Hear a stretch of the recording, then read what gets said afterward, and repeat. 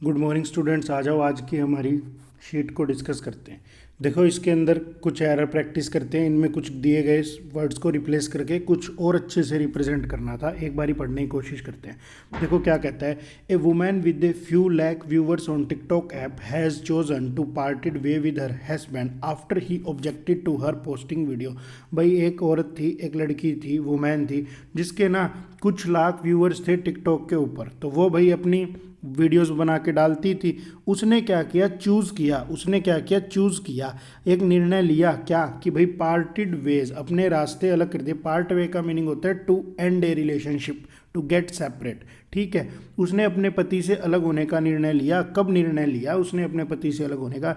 जब उस भाई साहब ने इस बात पे ऑब्जेक्शन उठाया कि भाई टिकटॉक पर वीडियो ना बनाया कर। ठीक है, देखो टू पार्टेड वेज, तो आपको पता ही है वैसे भी जो फ्रेज होता वो ये यूज़ होता भाई, टू पार्ट वे। यूँ तो देखो पार्टेड वे भी यूज़ कर सकते थे, लेकिन टू लगा दिया था ना, तो फिर मुझे इसकी V1 फॉर्म चाहिए थी और इसीलिए ना पार्ट वेज लगा देता, कोई बात नहीं थी। इसीलिए ना ये वाली फॉर्म आनी थी। इसका आंसर बनता पार्ट वे। ठीक है, अब इसके ऊपर ना मैं एक बात कहना चाहता हूँ। भाई टिकटॉक ना इतना वाहियात ऐप था, लोगों ने इतनी वाहियातपंती करी कि कानून से भी नहीं देखा गया, कानून ने उसको बैन कर दिया। और जबकि अंधा है वो, फिर भी उसने बैन कर दिया टिकटॉक को। तो भाई ऐसे ही लफड़े होते हैं। उसने मना किया, उसने उससे अपने रिलेशनशिप को ही एंड कर दिया। पार्टेड वे का मीनिंग ही क्या होता है जी, टू एंड ए रिलेशनशिप। और ये ज़रूरी नहीं है कि ये कपल वाला रिलेशनशिप हो, दो दोस्तों में झगड़ा हो गया, बाप बेटे में झगड़ा हो गया, तब भी आप लगा सकते हो भाई कि उन्होंने एंड किया अपने रिलेशनशिप को, किसी भी प्रकार के संबंध को ख़त्म करना। ठीक है, जल्दी से सेकंड को पढ़ते हैं। Faced with difficult task of pleasing both disqualified MLAs and BJP loyalists, CM Yediयुरप्पा eventually decided to side under the turn court whose sacrifice brought his government into existence। देखो तुम्हें ना एग्जाम में टाइम बचाना पड़ेगा ना, तो सिर्फ और सिर्फ इडियम पढ़ना और मीनिंग डिसाइड कर लेना। ठीक है, इतना सारा मत पढ़ना, टाइम को बचाना। Side under the turn court का मीनिंग क्या होता है? Side under the turn court नहीं, यहाँ पर ना इसकी इडियम की मिस्टेक थी। यहाँ पर साइड विद आना था, side with the turn court आना था। और इसका मीनिंग क्या होता है जी? इसका मीनिंग होता है to change loyalty, to change loyalty. भाई अपनी वफादारी बदल लेना। हो सकता है पहले मैं A टीम में था, लेकिन फिर मैं B टीम में हो गया। आज तक ये हमारे पॉलिटिशियंस करते ही क्या है, कांग्रेस वाले, बीजेपी वाले। भाई बीजेपी पावर में आनी थी तो यहाँ से निकल के यहाँ भागा है, जब पता लगा अब ये जाएगी यहाँ आ गए। तो ये क्या करते हैं, ये सारे ही करते हैं side with the turn court, अपनी लॉयल्टी को चेंज करते हैं। इसका आंसर आना था D। बिल्कुल ओके है। आगे चलो, आगे क्या कहता है। Even with the combined effort of both German and Swiss police, the EMU, भाई combined effort लगाया जर्मन और स्विस पुलिस ने, the EMU which running at speed over 50 kilometre per hour still managed to avoid capture। अब देखो सीधी सी बात थी, विच running नहीं, विच रनिंग में तो V1 प्लस ING आ गया और विदाउट हेल्पिंग वो वर्ब का काम ही नहीं करती। इसीलिए ना इसको कोई ना कोई मुझे क्या देनी पड़ेगी, वर्ब देनी पड़ेगी। और पास्ट की बात कर रहा है, अवॉइड टू मैनेज्ड, यानी पास्ट की बात कर रहा है तो पास्ट की वर्ब लगाऊंगा। ये ऑप्शन हट गया। रनिंग क्यों हट गया, V1 प्लस ING क्यों हट गया? क्योंकि भाई विदाउट हेल्पिंग वो वर्ब का काम नहीं कर रही थी, यानी कोई ना कोई वर्ब तो चाहिए ही थी। ठीक है, अब बात कर लो विच वाज रैन। तो वॉज वर्ब के बाद वर्ब की थर्ड फॉर्म जब आती है जो पैसिव फॉर्मेशन हो, लेकिन EMU तो खुद ही भाग रहा था, एक्टिव चाहिए था, तो ये भी हट गया।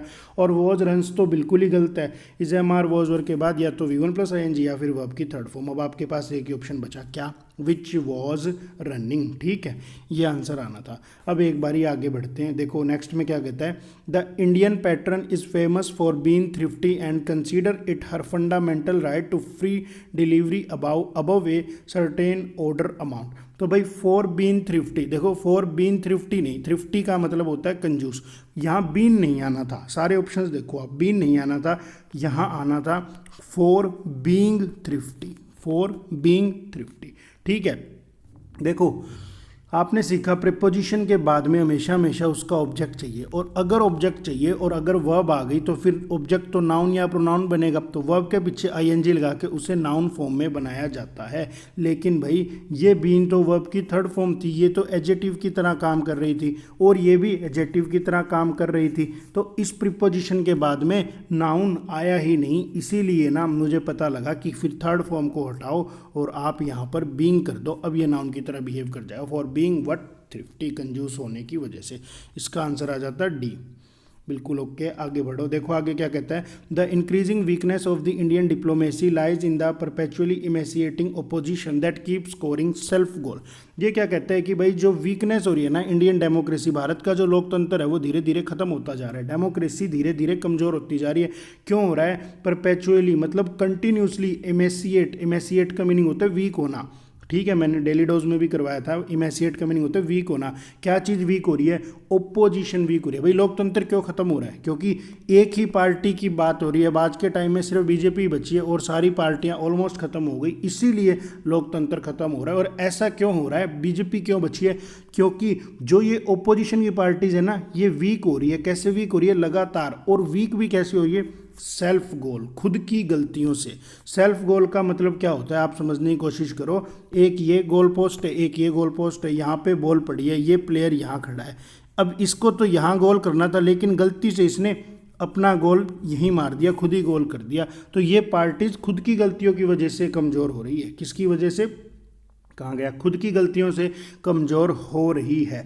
तो भाई यहाँ पर भी सेम वही बात आ जाएगी, कमज़ोर हो रही है, ठीक है। और ये पूरा सेंटेंस हमारा देख लो, लाइज लगा रहा है, प्रेजेंट इंडेफिनेट के अंदर दिखा रहा है, तो इसको भी इंडेफिनेट में बनाओ।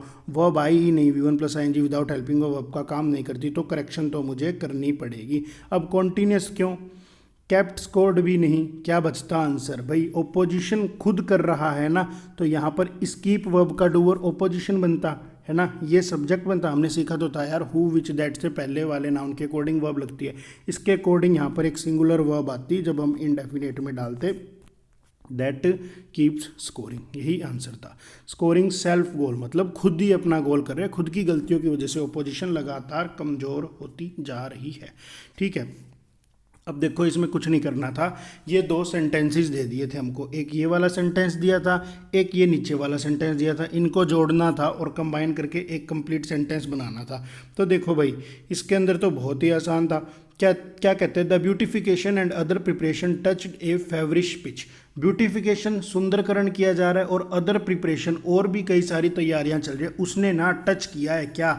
एक फेवरिश पिच। एक फेवर पिच ना एक फ्रेज होता है, फेवर पिच, इसका मीनिंग क्या होता है? एक बहुत ही ज़्यादा एक्साइटेड स्टेट, एक्साइटेड कंडीशन, बहुत सारे चेंजेस हो रहे हैं, पता ही नहीं क्या होगा, उसके लिए हम बहुत ज़्यादा एक्साइटेड है, तब कहा जाता है कि एक फेवर पिच है, ठीक है। इस तरह की बात करें। अब अगले में पता लगा कहाँ, Chennai has been virtually turn into a fortress. Chennai को ना एक तरह का टर्न कर दिया एक फोर्ट्रेस में, एक किले में बना दिया। कैसे? विद अनप्रेसिडेंटेड सिक्योरिटी अरेंजमेंट, बहुत ज़बरदस्त टाइट सिक्योरिटी के साथ में, कुछ ऐसी बात कर रहा है। इन दोनों सेंटेंसेस को जोड़ना है।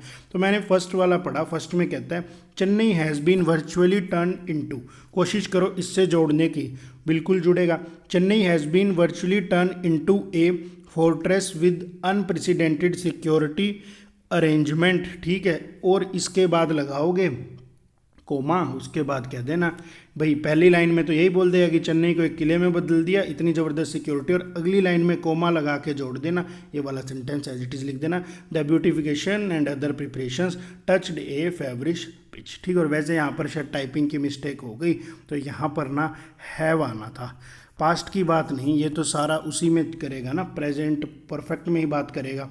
ये यहाँ भी प्रेजेंट परफेक्ट की बात कर रहा है, ठीक है।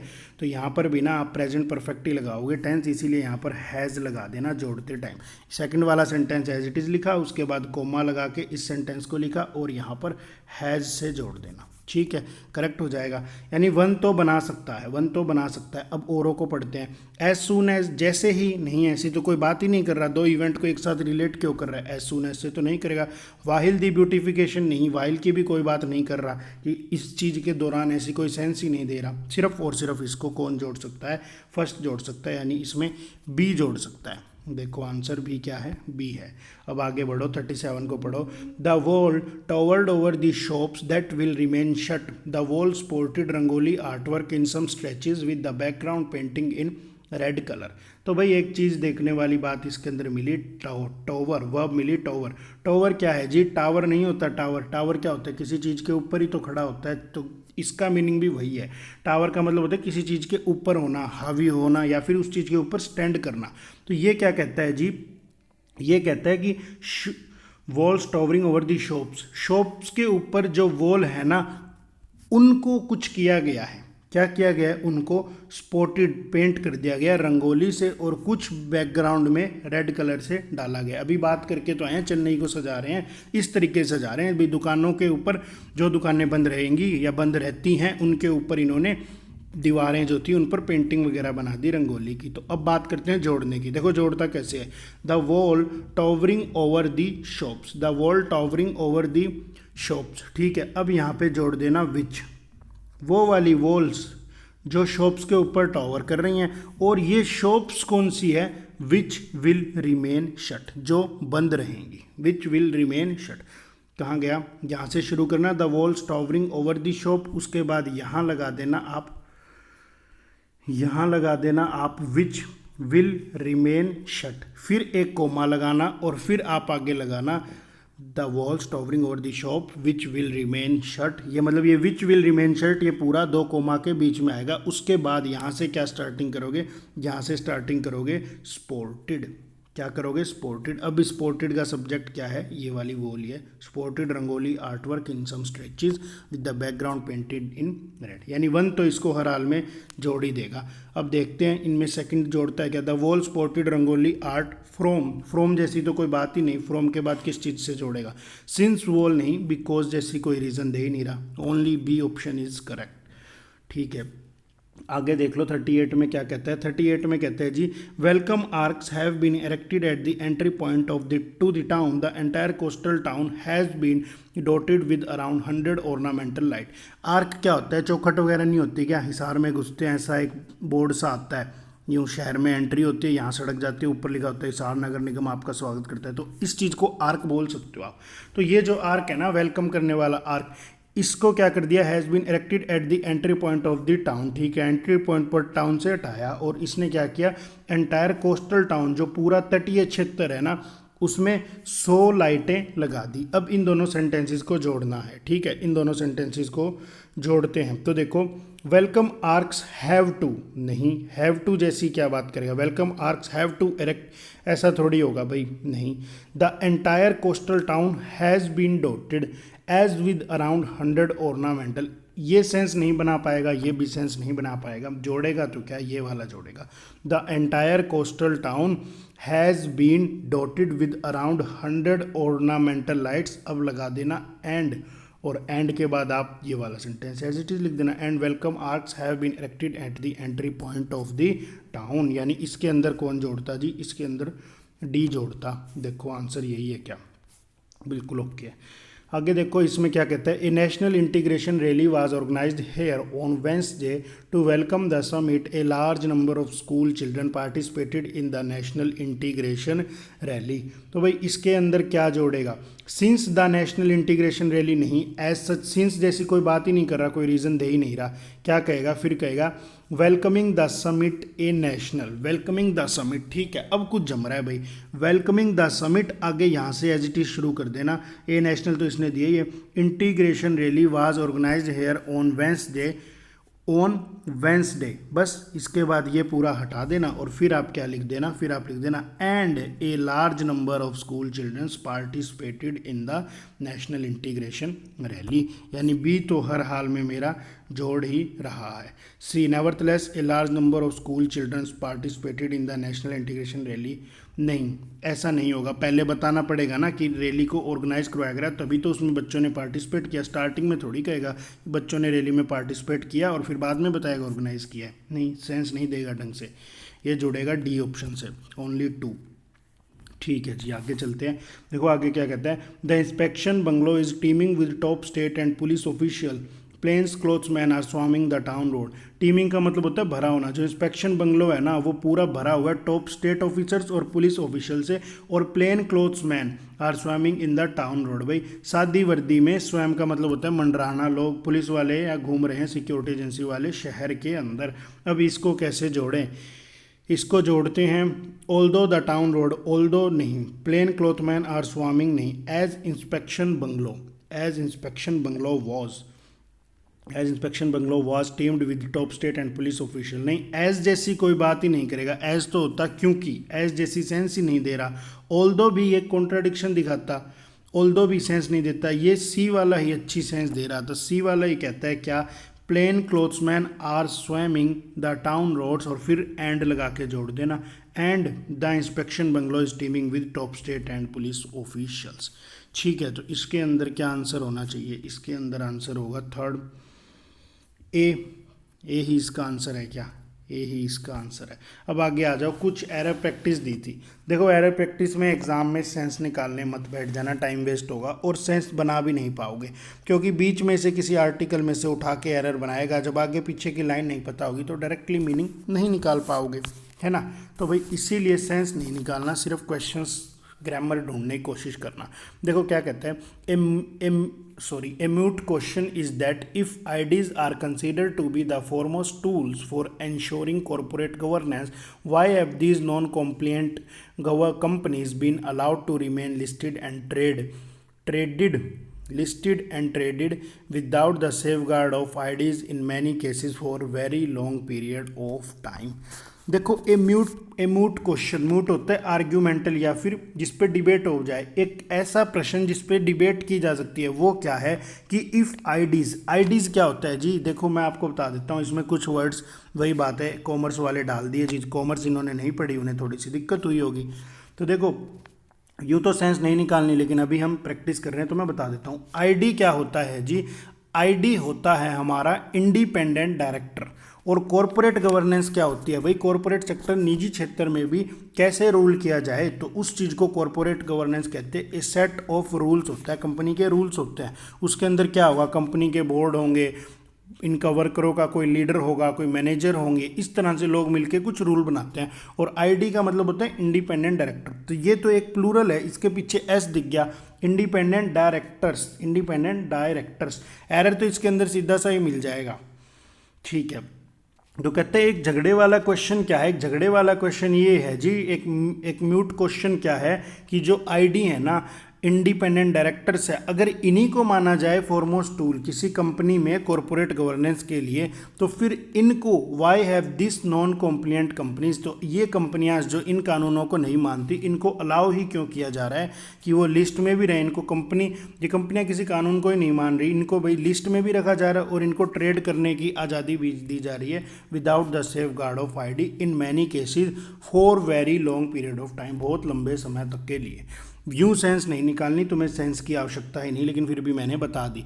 अगर एरर की बात आई तो मुझे दिखा दिस नॉन कॉम्प्लिएंट कंपनीज, मुझे क्या दिखा, दिस नॉन कॉम्प्लिएंट कंपनी। तो भाई मुझे एक बात बताओ, दिस तो एक सिंगुलर चीज को दिखाता है, दिस बॉय होता है, दिस बॉयज थोड़ी हो सकता है, दिस बॉयज होता, इसीलिए ना मुझे पता चला कि भाई यहाँ पर पीछे प्लूरल नाउन था और एक कंपनी नहीं, तो इसमें करेक्शन एरर तो बी पार्ट में बनता। अब कहते हैं जी करेक्शन, कुछ हमारे बच्चे कहते हैं कि सर दिस कंपनी कर दो, तो फिर जाके मुझे पता चला कि अगर मैं इसको सिंगुलर बना दूं तो ये रिप्लेस तो इस आईडी को ही कर रहा है, और ये तो ऑटोमेटिक प्लूरल है, इंडिपेंडेंट डायरेक्टर्स है, इसका मतलब इस चीज़ के प्लूरल होने के नाते ये प्लूरल रहेगी। और जब ये प्लूरल है तो फिर ये वाला एडजेक्टिव नहीं, ये वाला डिटरमाइनर नहीं लग सकता। यहाँ क्या लगाओ, दीज लगा दो, दीज से करेक्ट कर दो, यही आंसर था, दीज से इसने करेक्ट कर दिया। अब आगे पढ़ो। ONGC, one of the largest listed companies, cited lack of powers in declining upon the board composition, including the appointment of independent director and board's evaluation, has sought exemption from the related regulation on corporate governance। Error की अगर बात करें तो सीधा error तो पढ़ते ही मिल गया। देखो किसी का नाम दे रहा है ONGC, अब 2 कोमा के बीच में एक्स्ट्रा इन्फॉर्मेशन, उसके बारे में एक बात बता रहे कि कौन है ONGC, one of the largest listed company. तो आपको पता ही है 1 of the, 2 of the, 3 of the के बाद हमेशा प्लूरल नाउन आता है। भाई एक झुंड में से ही तो चीज़ें निकालोगे, 1 ऑफ माई फ्रेंड्स, मेरे कुछ दोस्तों में से एक। तो भाई यहाँ पर 1 of the largest listed company नहीं, यहाँ पर आपको क्या बनाना था, यहाँ आपको बनाना था जी कंपनीज। क्या बनाना था जी, कंपनीज। ठीक है, अब कहता है ये इसके अंदर एरर था, एरर तो मिल गया, एक बारी सेंस और देख लेते हैं, हम तो भी सीख रहे हैं। तो क्या हो रहा है इस स्लाइड के, तो हम एक बार सेंस देख लेते हैं। कहते हैं ONGC जो है ना, है कौन ONGC, one of the largest listed companies, 2 information 2 comma के बीच में एक्स्ट्रा काट दो, साइटिंग लैक ऑफ पावर, इसने ना हवाला दिया कि भाई अब इसके पास ज़्यादा पावर नहीं है, किस चीज़ में? Decide upon the board composition की भाई हम बोर्ड नहीं बना सकते जिसके अंदर ना तो हम अपॉइंट करेंगे इंडिपेंडेंट डायरेक्टर्स को और ना ही कोई ऐसा बोर्ड होगा जो इवेल्युएट करेगा। इसीलिए ना हैज सॉट हमें आप क्या प्रदान कर दो? एग्जम्पशंस दे दो। किस चीज़ से? From the related regulation on corporate governance. कुछ इस तरीके की बात कर रहा है कि भाई ये कंपनी ने क्या कहा कि अभी हमारे पास में इतनी पावर नहीं है, इसीलिए हम ये बोर्ड वगैरह नहीं बना सकते, ना ही हम इवेल्युएशन कर सकते, इसीलिए आप हमें थोड़ी सी छूट दे दो। किस चीज़ में? जो सरकार ने कायदे कानून बनाए थे कॉरपोरेट गवर्नेंस के लिए। ठीक है, एरर आपको मिल गया, प्लूरल आना था। अब देखो क्या कहता है, it needs to be highlighted that the compliance and disclosures are far superior at the IPO stage across many aspects but fall significantly post listing. तो भाई सीधी सी बात है, सब्जेक्ट ढूंढो। It needs to be highlighted, it कोई dummy subject, ठीक है, सिंगुलर है तो नीड प्लूरल आ गई। To be highlighted, to be highlighted, to plus modal plus में वर्ब की थर्ड फॉर्म पैसिव फॉर्मेशन बनाई, दो चीज़ों को जोड़ा दैट कंजंक्शन से। अगला सब्जेक्ट क्या बना? Compliance and disclosure. ये पूरा एक कंपाउंड नाउन है और कंपाउंड नाउन सब्जेक्ट बनता है तो ज़्यादातर प्लूरल बनता है और मुझे पता लग गया प्लूरल है क्योंकि यहाँ पे इसने आर वर्ब लगाई। अब आर वर्ब का सब्जेक्ट कॉम्प्लायंस एंड डिस्क्लोजर था तो यहाँ एक और वर्ब भी तो आई फॉल्स। इसका सब्जेक्ट भी कौन था? इसका सब्जेक्ट भी ये पूरा था कंप्लायंस एंड डिस्क्लोजर। तो भाई जब सब्जेक्ट प्लूरल था तो वर्ब भी प्लूरल लगाओ। वर्ब को प्लूरल कैसे लगाते हो? उसके पीछे से एस हटा के। अब करेक्ट हो जाता, आंसर होता फॉल। आगे बढ़ो, आगे क्या कहता है? आगे कहता है coupled with the uncertainty caused by A pandemic that is still taking a growing toll, more gathering clouds and a global scenario that is equally dismal, the nation has to brace himself for a long grid. coupled with uncertainty caused by pandemic, इस pandemic ने जो बहुत सारी uncertainties ला दी, उथल पुथल मचा के रख दी, और that is still taking growing toll, जो अभी भी और ज़्यादा बढ़ रही है। मोर गैदरिंग क्लाउड्स, और ज़्यादा समस्या ये बढ़ रही है, और ग्लोबल सिनेरियो को देखते हुए दैट इज इक्वली डिसमल, जो भी लगभग सेम ही निराश करने वाला है। The nation has to brace, nation को एक्सेप्ट करना पड़ेगा। ब्रेस का मतलब होता है एक्सेप्ट किया, करना पड़ेगा उसको। क्या? Himself for a long grid, अपने आप को एक लॉन्ग ग्रिड, एक लंबी फाइट, एक लंबी जर्नी के लिए। ये इस तरह की बात कर रहा है। ये कह रहा है भाई कोरोना ने इतनी उथल पुथल मचा दी और इंटरनेशनल चीज़ें ऐसी हो रही है तो नेशन को अभी बहुत कुछ झेलना पड़ेगा, इसके लिए हमें तैयार रहना पड़ेगा। तो एरर इसके अंदर बेसिक सा मिला, सेंस निकालने की तो आवश्यकता थी ही नहीं। नेशन के लिए हिमसेल्फ नहीं आ सकता। हिमसेल्फ तो कोई प्रॉपर नाउन है जो ही के लिए ही आता है, तो भाई नेशन को ही थोड़ी कहूँगा मैं, नेशन को तो मैं इट कहूँगा, नेशन को मैं इट कहूँगा।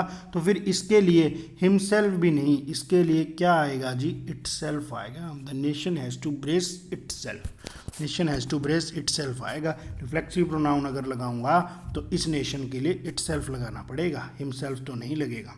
इटसेल्फ लगाया, बिल्कुल ओके। आगे बढ़ो। Over the course of about 5 months since the COVID-19 pandemic struck, policymakers have chosen fiscal and monetary stimulus particularly in the same manner as they did in the aftermath of global financial crisis of 2008-2009. Over the course of about 5 month, कहते हैं पिछले 5 महीने से ना, जब से ये कोविड-19 की पेंडेमिक आई है, स्ट्रक की है, पॉलिसी मेकर जो है, योजना बनाने वाले हैं, इन्होंने क्या किया? हैव चूज नहीं, चूज तो वर्ब की फर्स्ट फॉर्म थी, हैज़ हैव हैड के बाद वर्ब की थर्ड फॉर्म, तो यहाँ पर लगाओगे choose, chosen, have chosen, but इन्होंने क्या चूज किया है? Physical and monetary stimulus particularly in the same manner. भाई देखो कॉमर्स के वर्ड हैं, ज़्यादा समझा नहीं सकते यहाँ पर क्योंकि फिर इन टर्म्स को ही समझाने में 30-30 मिनट निकल जाएंगी। एरर तुम्हें मिल गया, सिंपल बेसिक सा था, हैज़ हैव हैड के बाद वर्ब की थर्ड फॉर्म लगानी थी। थोड़ा सा मैं इसको ब्रीफ में एक्सप्लेन कर देता हूँ। 5 महीने से जब से इस महामारी ने मारा है, स्ट्रक किया है, तब से पॉलिसी मेकर ने ट्राई क्या किया? ऐसी पॉलिसीज़ अपनाई हैं जैसी उन्होंने अपनाई थी 2008-9 के बाद जो ग्लोबल फाइनेंशियल क्राइसिस आया था। 2008-9 में एक बार बहुत ज़्यादा मंदी आ गई थी ना, तो उस समय आफ्टर मैथ यानी उस समय के डिजास्टर के बाद जो फाइनेंशियल क्राइसिस क्रिएट हुई थी, वैसी उसको जिस तरीके से टैकल किया था, कुछ ऐसी ही पॉलिसी आज भी पॉलिसी मेकर्स अपना रहे हैं। एरर की बात हमने करी ली, वर्ब की थर्ड फॉर्म आनी थी। आगे बढ़ते हैं। The uncertainty and the risk of severe health disaster will jeopardize the traditional demand management stimulus interventions and in our considered view the pandemic triggered economic crisis will be in all possibility be U shaped. इसके अंदर पढ़ते ही error मिल गया, कोई मुझे sense की आवश्यकता नहीं पड़ी। मैंने देखा विल के बाद वर्ब की इसने V2 या V3 फॉर्म लगाई, ऐसा होता ही नहीं। मोडाल के बाद वर्ब हमेशा नेचुरल फॉर्म, तो यहाँ जेपर्डाइज आता, डी हटा देना। और मीनिंग क्या होता है? Uncertainty and the risk of severe health disaster. अनिश्चितता, अनिश्चितता मुझे बोलना ही नहीं आ रहा हिंदी में, और risk of severe health disaster, और जो ये स्वास्थ्य के ऊपर एक बहुत ज़्यादा डिजास्टर क्रिएट हुआ है, इसने खतरे में डाल दिया है। जेपर्डाइज होता है to put something in danger. क्या? ट्रेडिशनल डिमांड मैनेजमेंट, जो डिमांड वगैरह थी उसको खतरे में डाल दिया है। और in our considered view, author कह रहा है हम अगर सोचते हैं तो ये जो पेंडेमिक है ना, इसने ट्रिगर कर दिया, स्टार्ट कर दिया क्या? इकोनॉमिक क्राइसिस को। और ये जो इकोनॉमिक क्राइसिस है will be in all possibility भी कैसा है? यू शेप्ड है। अब ये यू शेप्ड क्या होता है? इकोनॉमिक्स के अंदर क्राइसिस को नापने के लिए इन्होंने कोई मेथड बनाया होगा। यू शेप्ड तो कहते हैं ये कुछ कुछ वैसा है, इकोनॉमिक्स रिलेटेड ज़्यादा आती है ये चीज़। एरर हमें सीधा सा मिल गया, विल जेपर्डाइज आना था। अब आगे बढ़ो, आगे क्या कहता है? What is happening is not hard to decipher, the supply shock has dragging demand down with it through loss of jobs and thus it is further pulling down the productive forces in a negative spiral. कहते हैं जो कुछ भी हो रहा है ना, what is happening is not hard to decipher. Decipher होता है समझना, अंडरस्टैंड करना, डिसर्निबल। तो भाई कहते हैं जो कुछ हो रहा है ना, ये कोई बहुत ज़्यादा मुश्किल नहीं है समझने के लिए। सप्लाई शॉक, सप्लाई की जो चीज़ होती थी, चेन होती थी, उसमें शॉक हो गया, यानी भाई हैज़ ड्रैगिंग डिमांड डाउन। और इस सप्लाई शॉक ने क्या कर दिया? इस सप्लाई शॉक ने डिमांड को भी डाउन कर दिया। तो आपने तो सीखा ही था, has dragged what demand down, has have had के बाद वर्ब की थर्ड फॉर्म लगाओ, या फिर भाई हैज़ हैव हैड के बाद अगर V1 प्लस ING लगाते हो तो आप लगाते हो प्रेजेंट परफेक्ट कॉन्टिन्यूस में हैज़ हैव के बाद बीन फिर V1 प्लस ING। तो वैसी चीज़ तो दे ही नहीं रहा, वैसी सेंस तो देनी ही नहीं यहाँ। वो तो जब होती है कोई चीज़ पास्ट से चलती है, अभी भी चल रही है, ऐसी बात नहीं कर रहा। सीधी सी बात करेगा, सप्लाई शॉक ने क्या किया है? डिमांड को ड्रैग डाउन कर दिया। ड्रैग का मीनिंग क्या होता है? घसीटना। सप्लाई शॉक की वजह से डिमांड भी डाउन हो गई, डिमांड को भी उसने नीचे घसीट दिया। तो यहाँ क्या लगाना था? हैज़ ड्रैग्ड, वर्ब की थर्ड फॉर्म।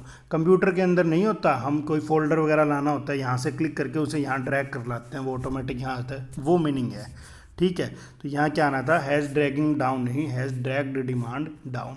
आगे कहते हैं 3 years ago if the state governments had the premonition that embracing GST would lead them to a situation wherein they would have to borrow to make good revenue shortfall, they would have opted out of one tax regime। इसके अंदर तो मुझे कोई गड़बड़ नहीं दिखी। कहते 3 साल पहले जब स्टेट गवर्नमेंट, अगर स्टेट गवर्नमेंट को इस बात का अंदाज़ा भी होता कि इस GST को एम्ब्रेस करने पर, एक्सेप्ट करने पर एक ऐसी सिचुएशन की तरफ उन्हें धकेल दिया जाएगा, एक ऐसी सिचुएशन आ जाएगी जहां पर उनको बोरो करना पड़ेगा, कर्जा लेना पड़ेगा इन्वेस्टर से, क्यों? गुड रेवेन्यू बनाने के लिए, तो वो लोग क्या करते? Surely he they would have opted out. Opted का मतलब होता है चूज करना, और आउट का मतलब होता है बाहर रहना, मतलब किसी चीज़ से स्टे आउट रहना, किसी प्रपोजल से, किसी डील को ना मानना, उस चीज़ से बाहर रहना। तो वो पक्का ही पक्का ऑप्टेड आउट बाहर हो जाते वन टैक्स रिजाइम से, इस GST के एक देश एक कर वाले प्रोसेस से। अगर उनको पता होता कि भाई ये GST इतनी हालत पतली कर देगा, 3 साल पहले अगर उन्हें थोड़ा सा भी आइडिया होता कि ये GST इतनी हालत पतली करेगा, तो वो लोग पक्का ही पक्का इस वन टैक्स रिजाइम से बाहर रहने का डिसीजन लेते। और भाई उनको पता तो था, उन्होंने बेचारों ने कोशिश तो की थी, पर केंद्र सरकार के आगे किसकी चलनी, जो होना है वो होना है। तो नो एरर, सेंटेंस बिल्कुल करेक्ट था। आगे आपसे क्या कहता है? आगे कहता है just as organisations will be looking at minimising cost and growing revenues by increasing their geographic footprint and enter new market segment taking advantage of the digital transformation sweeping the world, families will need to operate as a business unit to maximise their its earning capacity. भाई सीधी सी बात इसके अंदर मिली। इसके अंदर क्या मिली जी? गड़बड़ इसके अंदर मिली। कहता है जैसे ऑर्गेनाइजेशन जो है ना, वो आज के समय में क्या कर रही है? कॉस्ट को मिनिमाइज कर रही है। फैक्ट्रीज, इंडस्ट्रीज वगैरह अपनी कॉस्ट को मिनिमाइज कर रहे हैं, और रिवेन्यू, अपनी इनकम को इंक्रीज करने के लिए जोग्राफिक फुटप्रिंट बढ़ा रहे हैं, यानी और बिजनेसेस में भी हाथ पैर मार रहे हैं। एंड एंटर्ड, तो एंटर नहीं, यहाँ पर क्या चाहिए था, एंटरिंग, यहाँ पर क्या चाहिए था, एंटरिंग। आप खुद देखो इन सारों में ही V1 प्लस ING लगा रहे, एक सिमेट्रिसिटी भी तो मेंटेन करनी पड़ेगी। एट प्रपोजिशन के बाद में क्या कर रहे हैं, मिनिमाइजिंग कॉस्ट, कॉस्ट को मिनिमाइज कर रहे हैं, रिवेन्यू को ग्रोइंग करवा रहे हैं बाय इंक्रीजिंग कैसे their geographic footprint, and entering, enter कर रहे हैं कहाँ, न्यू मार्केट सेगमेंट और अपॉर्चुनिटीज तलाश रहे हैं, टेकिंग एडवांटेज, फायदा किस चीज़ का उठा रहे हैं, डिजिटल ट्रांसफॉर्मेशन का, स्वीपिंग इन द वर्ल्ड, जो वर्ल्ड में चल रही है। तो उस समय में फैमिलीज़ को क्या करना पड़ेगा, families will need to operate, उन्हें ऑपरेट करना पड़ेगा कैसे, एज ए बिजनेस यूनिट, एक पूरी फैमिली को एक बिजनेस को संभालना पड़ेगा, क्यों, to maximise their its earning capacity. एक तो ये वाला एरर मिला, यहाँ पे V1 प्लस ING चाहिए था, कहाँ गया, यहाँ V1 प्लस ING चाहिए था। और दूसरी चीज़ देयर इट्स, दो इस तरह के डिटरमाइनर इसे इकट्ठे नहीं लगाने थे, एक ही चीज़ के लिए लगा रहा है। तो भाई देखो आया किसके लिए, ये आया फैमिलीज़ के लिए, ये किसके लिए आया जी, फैमिलीज़ के लिए है, तो फैमिलीज़ के लिए आया है, तो फिर फैमिलीज़ के लिए तो प्लूरल था, तो देयर आएगा, इट्स को हटा दो, टू मैक्सिमाइज देयर अर्निंग, ये एरर थे, ठीक है। इसने इसके अंदर एक ही लिखा है, लेकिन आपको ये भी एक हटाना पड़ेगा, इट को भी ख़त्म करना पड़ेगा, कहाँ गया इट, दिख ही नहीं रहा मुझे, ये रहा, इट को भी ख़त्म करना पड़ेगा, ठीक है। अब देखते हैं जी नेक्स्ट वाले में क्या कहता है, नेक्स्ट और लास्ट में क्या कहता है जी, while banks almost always meets the overall target, keeping up with the sub target was getting difficult for bank with limited expertise in certain sector। कहते हैं बैंक्स जो है ना ऑलमोस्ट तो टारगेट को मीट कर जाते थे, ओवरऑल टारगेट को, लेकिन सब टारगेट को पूरा करना उनके लिए डिफिकल्ट हो रहा है, क्यों, क्योंकि उनके पास में एक्सपर्ट लोग नहीं है, कुछ ऐसी सेंस दे रहा है। अब बात करते हैं एरर की, एरर देखते ही मिल गया, बैंक्स यानी सब्जेक्ट, सब्जेक्ट प्लूरल है तो वर्ब भी प्लूरल लगाता, मीट्स तो एक सिंगुलर वर्ब लगा दी, तो ऐसी गड़बड़ क्यों कर दी, यहाँ वादा क्यों तोड़ दिया, वर्ब को प्लूरल कैसे बनाओगे, उसके पीछे से एस हटा के, यहाँ क्या आना था, मीट आना था, यही करेक्ट था, ठीक है। ये थी हमारी आज की practice sheets. Thank you students.